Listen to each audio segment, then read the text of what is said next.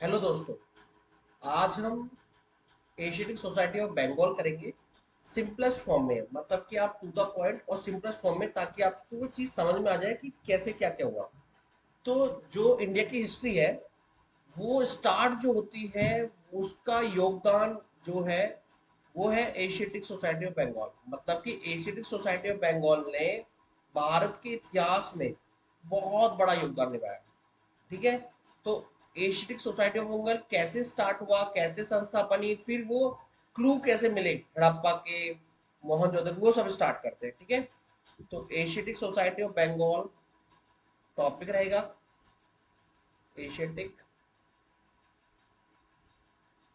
Society of Bengal. ठीक है।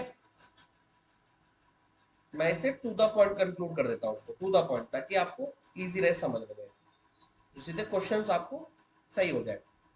पहले इसका इंट्रोडक्शन कर लेते हैं थोड़ा सा, कैसे कैसे कब कब बनी, क्या था, वो सब चीजें। ठीक है। तो पहला इसका इंट्रोडक्शन।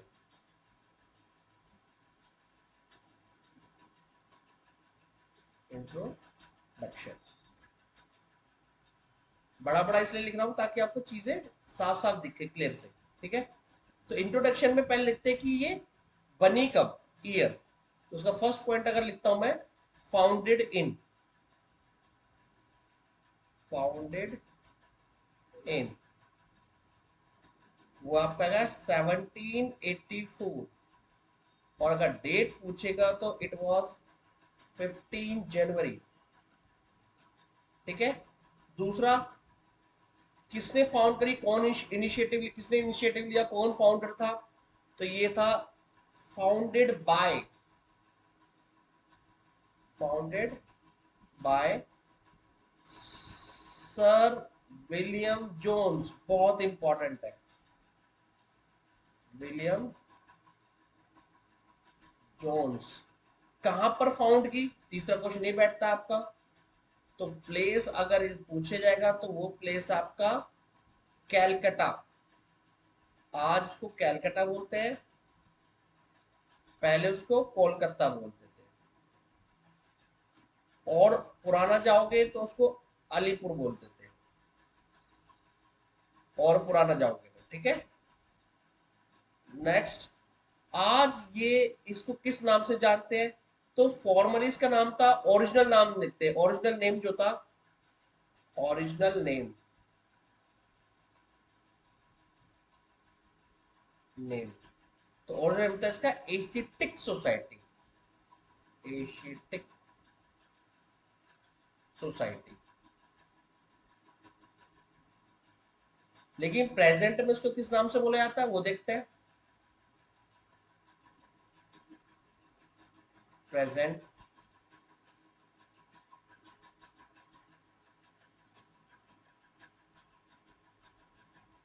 प्रेजेंट नेम, ये है the Asiatic Society of Bengal, Asiatic Society of Bengal. ये जो नाम चेंज हुआ वो 1825 में चेंज हुआ। लिख देता हूं, चेंज इन 1825। ठीक है। ये बहुत बेसिक इसके क्वेश्चंस है जो आपको पता होने चाहिए। अब बात आती है कि ये सोसाइटी बन गई, तो ये सोसाइटी क्यों बनाई गई, मैं उसको देख लेता हूँ। तो इसमें एक दो पॉइंट बताता हूँ कि why there is a need to establish a society. तो इसका जो नीड है, नीड ऑफ दी सोसाइटी, ये हेडिंग समझ लो इसको आप एक बार को। तो इसकी जो नीड है, अंग्रेजों को ये था कि जो भारत में रूल कर रहे हैं अंग्रेज, तो उनको भारतीय कल्चर के बारे में पता होना चाहिए, जिससे क्या है वो रूल्स और रेगुलेशन, यहाँ का एडमिनिस्ट्रेशन स्मूथली चला सके। तो मैं एक पॉइंट कह सकता हूँ, देयर इज एडमिनिस्ट्रेटिव नीड, मैं इसको लिख सकता हूँ, एडमिनिस्ट्रेटिव नीड। ठीक है। ताकि एडमिनिस्ट्रेशन हमका स्मूथली चल सके, पहला पॉइंट ये कह सकता हूँ। दूसरा ये कह सकता हूँ कि जिस तरह से लोग हैं वेस्टर्न वाले, उनको क्यूरियोसिटी थी ईस्टर्न कल्चर्स के बारे में जानने के लिए। तो वहां पर एक तरह का दौर सा चला था कि ईस्टर्न कल्चर, ईस्टर्न सिविलाइजेशन देखनी है, ईस्टर्न ट्रेडिशंस देखने हैं। तो उनकी स्टडी के लिए भी लोग यहाँ आते थे। तो वो लोग यहाँ के काम करते थे, यहाँ के आम जनता से बात करते थे, तो वो एक जगह चाहिए थी उन्हें। तो वो जगह दी एशियाटिक सोसाइटी ऑफ बंगाल ने। तो मैं ये बोल सकता हूँ ओरिएंटलिस्टिक मूवमेंट, इसको ओरिएंटलिस्टिक मूवमेंट बोलते हैं, ओरिएंटलिस्ट मूवमेंट। ठीक है। तीसरा है, कुछ उस जमाने के हिस्टोरियंस थे, स्कॉलर्स थे, जिनको क्यूरियोसिटी थी जानने की कि ईस्टर्न कल्चर में ऐसा क्या है, यहाँ के लोग इतने एडवांस क्यों हैं। तो उन लोगों ने भी इनिशिएटिव लिया, उनके उनकी वजह से भी एशियाटिक सोसाइटी ऑफ बंगाल बना। तो मैं लिख सकता हूँ इंटेलेक्चुअल क्यूरियोसिटी।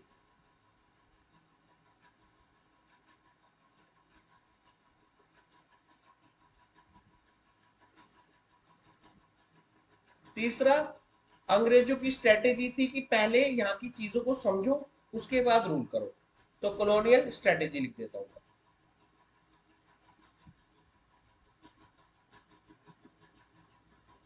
ये कुछ पॉइंट है जिनकी वजह से यहाँ पर चीजें स्टार्ट हुई। ठीक है। अब बात आती है कि यहाँ तो एशियाटिक सोसाइटी बंगाल बना दिया, लेकिन हड़प्पा, इंडस वैली सिविलाइजेशन के बारे में कैसे पता चला, तो उसका हम आगे बात करते हैं इस पे। ठीक है, चलो। तो यहाँ पर हेडिंग डालेंगे हम, background of the discovery. Background of the discovery, क्या कहानी है इसके पीछे। आई होप आपको चीजें समझ में आ रही है। ठीक है। तो पहला, ब्रिटिश आर्मी थी। ठीक है, अंग्रेजों की अपनी सेना थी, ब्रिटिश आर्मी। इस ब्रिटिश आर्मी में कुछ ऑफिसर्स थे। ये जो ऑफिसर्स थे, कुछ तो ब्रिटिश आर्मी में रहे, कुछ की अपनी पर्सनल हॉबीज होती है, अपना हॉबीज हो गए, अपने इंटरेस्ट हो गया। तो इसमें ही एक ब्रिटिश ऑफिसर था जिसका नाम था चार्ल्स मैसन। ब्रिटिश ऑफिसर, ब्रिटिश ऑफिसर जिसका नाम था चार्ल्स मैसन। ये जो ब्रिटिश ऑफिसर था, इसका इंटरेस्ट था पुरानी चीजों में, मतलब घूमने फिरने में, पुरानी चीजें डिस्कवर करने में। ठीक है।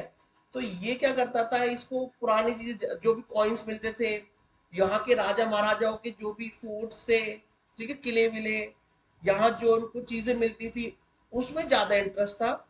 तो इसका जो इंटरेस्ट धीरे धीरे क्रिएट होता चला गया, वो हिस्ट्री में क्रिएट होता चला गया, पुरानी चीजों में और यहाँ की हिस्ट्री में। तो नई नई जगह घूमने की इसको लगा रहता था।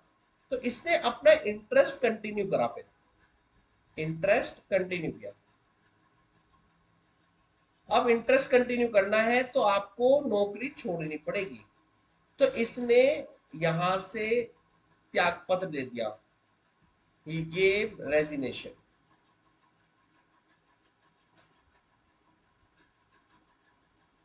ठीक है। और he proceed his hobbies, he proceed with his hobbies या हॉबी। चलो ठीक है। तो इसने क्या करा, 1826 में ये इंसान जो ऑफिसर था, एक्स सर्विसमैन हो चुका है अब, 1826 में ये पंजाब प्रोविंस में घूमता है। पंजाब प्रोविंस। ठीक है। अब ये जो पंजाब प्रोविंस की बात कर रहा हूं, ये वो है जो इंडिया और पाकिस्तान पे है। ठीक है, दोनों है। पहले बंटवारा नहीं हुआ तो ये पंजाब प्रोविंस, अब आधा पंजाब थोड़ा बहुत पाकिस्तान में, अब थोड़ा बहुत इंडिया में, ऐसे तो ज्यादातर पाकिस्तान में चला गया पंजाब।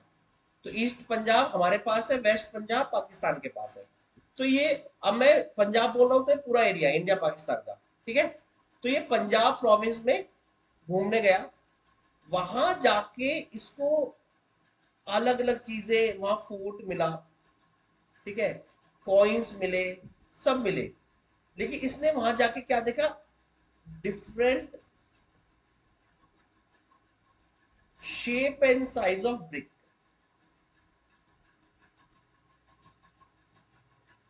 और ब्रिक्स। और वहां पर इसने देखा कि वहां के जो लोकल लोग हैं, वो किले से, वहां से दूर से ईंट लेके आते हैं, और ईंटें भी अजीब टाइप की थी, और उन ईंटों को लेके अपना घर बना रहे थे। लेकिन उन्हें कोई मतलब नहीं था कि ईंटें कहाँ की है, अलग क्यों है, कैसे, कोई मतलब नहीं। वह लोकल के लोग थे जो उठा के आए, अपना घर बनाने लगे, ठीक है। तो इसने ये चीज देखी और नोटिस की कि ये तो लगता नहीं है कि ये अजीब सी कैसे है, आज के टाइम की तो ईंटें नहीं है, यहाँ इर्द गिर्द ऐसी ईंटें पाई भी नहीं जाती है। लेकिन इसने ये सारी जानकारी, क्योंकि इसका हिस्ट्री से हिस्ट्री में इंटरेस्ट था, तो इसको ये भी पता था कि कलकत्ता में एक सोसाइटी बनाई है हम ही ने, जिसका नाम है एशियाटिक सोसाइटी ऑफ बंगाल। और इस चीज की जानकारी इसने थोड़ी बहुत अपना इंटरेस्ट, क्योंकि यहाँ स्कॉलर्स भी थे, ठीक है, यहाँ हिस्टोरियंस भी आके बैठते थे, तो यहाँ की इसने डिस्कस किया। और डिस्कस करने के बाद फिलहाल अपना काम करने लग गया। अब एक बात यह है कि ये जो घूम फिर रहा है, ये अपना पर्सनल इंटरेस्ट है। अंग्रेजों ने नहीं बोला इसको कि आपको वहां घूमना है, वहां से डाटा निकाल के आ रहा है या आप काम करना है। तो ये क्या है, ये अनऑफिशियली घूम रहा है, ठीक है। तो इसके ऊपर किसी का जोर जबरदस्ती दबाव भी नहीं है। तो 1826 में पंजाब प्रांत में गया, वहां सब चीजें देखी, और इसने अपने यहाँ के कलकत्ता के एशियाटिक सोसाइटी ऑफ बंगाल में डिस्कस विस्कस किया। तो मेनली यहाँ इस चीज की जानकारी मिल चुकी है, एक आइडिया हो गया है कि पंजाब प्रोविंस में कुछ ना कुछ यहाँ है। लेकिन फंड की कमी से एशियाटिक सोसाइटी बंगाल भी बहुत बढ़िया काम नहीं कर पा रही थी, क्योंकि ये अंग्रेजों को लगता था कि यार इस काम के लिए कोई आया, हम we are here for the trade, ठीक है, हमारा कमर्शियल पर्पस है यहाँ प्रॉफिट कमाना, हम यहाँ के कल्चर वल्चर के लिए पॉइंट ऑफ से नहीं आए हैं। तो यहाँ अंग्रेज सरकार ने फंड भी नहीं देती, बिगर फंड की कोई संस्था नहीं चलती, तो ये भी नहीं चल रही थी ढंग से, इसीलिए यहाँ ठंडी पड़ रखी थी ये सब। अब बात आता है आगे चल के। अब अंग्रेजों को भारत में ट्रेन लानी थी, न्यू ट्रेन, ठीक है, जो आप नॉर्मल पढ़ते थे बॉम्बे टू थाने, वो वाला हिस्सा है। अगर यहाँ पर ट्रेन आपको इंट्रोड्यूस करनी है भारत में, तो ट्रेन के लिए इन्होंने सर्वे करना शुरू किया, सर्वे, ठीक है। और उसी टाइम पे ASI, archaeological survey of India, ठीक है, आर्कोलॉजिकल सर्वे ऑफ इंडिया का डायरेक्टर बनता है पहली बार। उसका नाम था अलेक्जेंडर कानिंगम। क्या नाम था, अलेक्जेंडर कानिंगम। इंपॉर्टेंट है ये सब चीजें। अलेक्जेंडर कानिंगम क्या करता है, इसको ये ड्यूटी दी जाती है कि आपको पंजाब प्रांत जाना है, क्योंकि देखो ट्रेन हमेशा प्लेन्स में बिछेगी, पहाड़ियों पे नहीं बिछेगी, प्लेन्स में। तो इनको ये था कि हम पंजाब प्रांत में पटरी बिछाएंगे और वहां जाके ट्रेन लगा देंगे, ठीक है, ट्रेन भी इंट्रोड्यूस हो जाएगी भारत में। अलेक्जेंडर कानिंगम गए तो इन्होंने वहां जाके उसी जगह पर 1853 में देखा कि यहाँ पर जो सर्वे करना था, वहां पर कुछ अलग तरह की ईंटें तो मिल रही है। ईंटें जो मिली है, इनको लगा कि ये तो कोई बुद्धिस्ट स्तूप होगा, ठीक है, क्या होगा, बुद्धिस्ट स्तूप होगा, बुद्धिस्ट साइट होगी।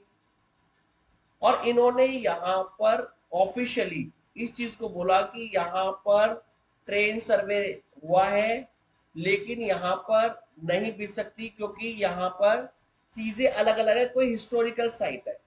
तो इस तरह से पहली बार ऑफिशियली अलेक्जेंडर कानिंगम ने इस साइट के बारे में बोला। अलेक्जेंडर कानिंगम ने ऑफिशियली बोला,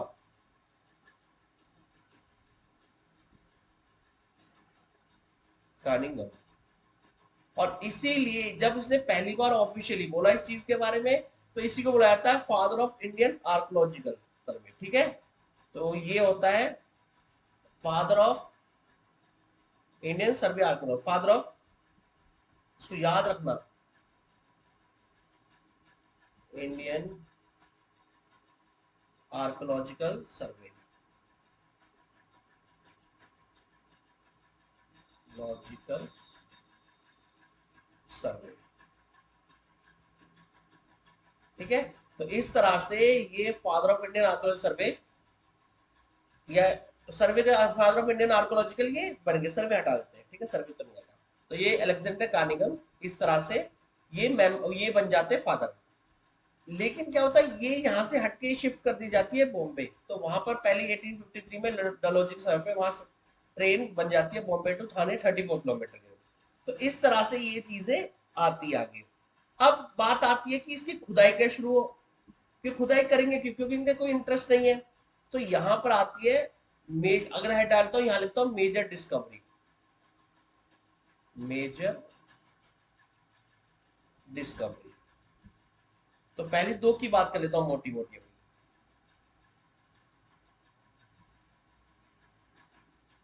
जब इस संस्था के, एएसआई के इंडियन मेंबर बनते हैं, इंडियन डायरेक्टर बनेगा इंडियन, जिसका नाम था दयाराम सानी।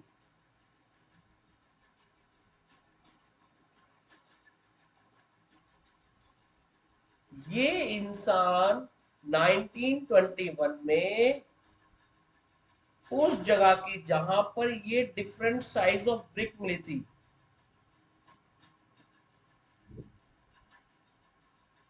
ऑफ ब्रिक्स मिली थी, वहां पर ये खुदाई कराता है। तो वो जो जगह थी, मान लो ये वाली जगह थी, इस जगह पर ये एक्सकेवेशन करा देता है, खुदाई। और खुदाई में क्या मिलता है, तो वहां देखते हैं फीचर्स उसके, क्या क्या मिलता है इनको। पहला,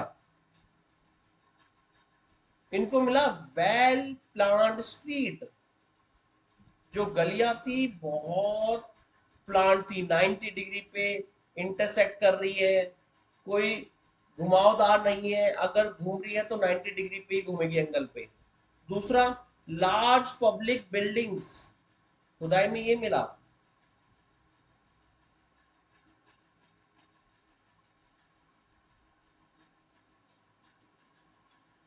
और कुछ सील्स मिली यहाँ पर, मोरे एक्सेट्रा, ऐसी चीजें इनको यहाँ पर मिली।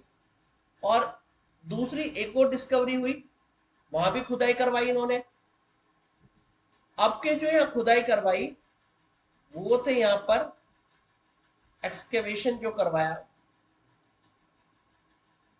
वो थे 1922 में R D Banerjee.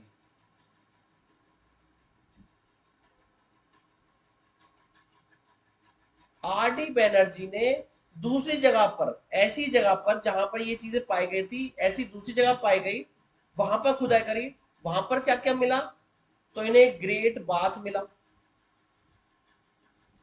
Great public bath कह सकते हो आप। दूसरा, वहां पर ग्रेनरीज मिली खुदाई के दौरान। तीसरा, आपको सील्स मिली वहां भी, एक्सेट्रा और भी चीजें मिली। अब इसको जगह को नाम दे दिया गया मोहनजोदारो, मोहनजोदारो। और ऊपर वाले को नाम दे दिया हड़प्पा।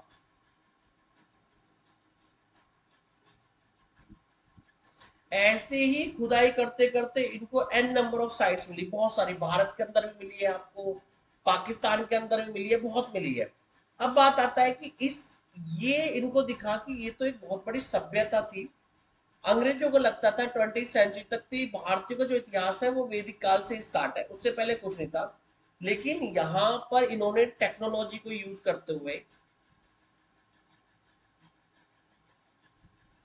टेक्नोलॉजी को यूज करते हुए कार्बन डेटिंग 14 के आधार पर, कार्बन डेटिंग 14 के आधार पर इन्होंने पता लगाया कि ये तो वैदिक काल से भी, वैदिक एज से भी बहुत पुरानी है। बात समझ आ गई। तो इनको समझ में आया कि नहीं, ये सभ्यता तो बहुत नहीं है और ये बहुत पुरानी है। तो अब क्या करते हैं, अब इसका ये नेम जो होता है, इसको कैसे नाम दिया जाता है, जितनी भी इनको साइट्स मिली है, साइट्स ऑफ द सिविलाइजेशन, ये जो साइट्स मिली है वो ज्यादातर मिली है इंडस रिवर के पास, सिंधु नदी के पास। और इन सारी साइट्सों में सिमिलैरिटी है कुछ ना कुछ, अगर ये अलग अलग साइट्स है तो they have the similarity whether in the urbanisation, streets और ग्रेनरीज, एनीथिंग। तो इनमें क्या मिली है, सिमिलैरिटीज मिली है। तो यहां इस नदी के आधार पर स्कॉलर्स ने बोला कि इस सभ्यता का नाम है इंडस वैली सिविलाइजेशन।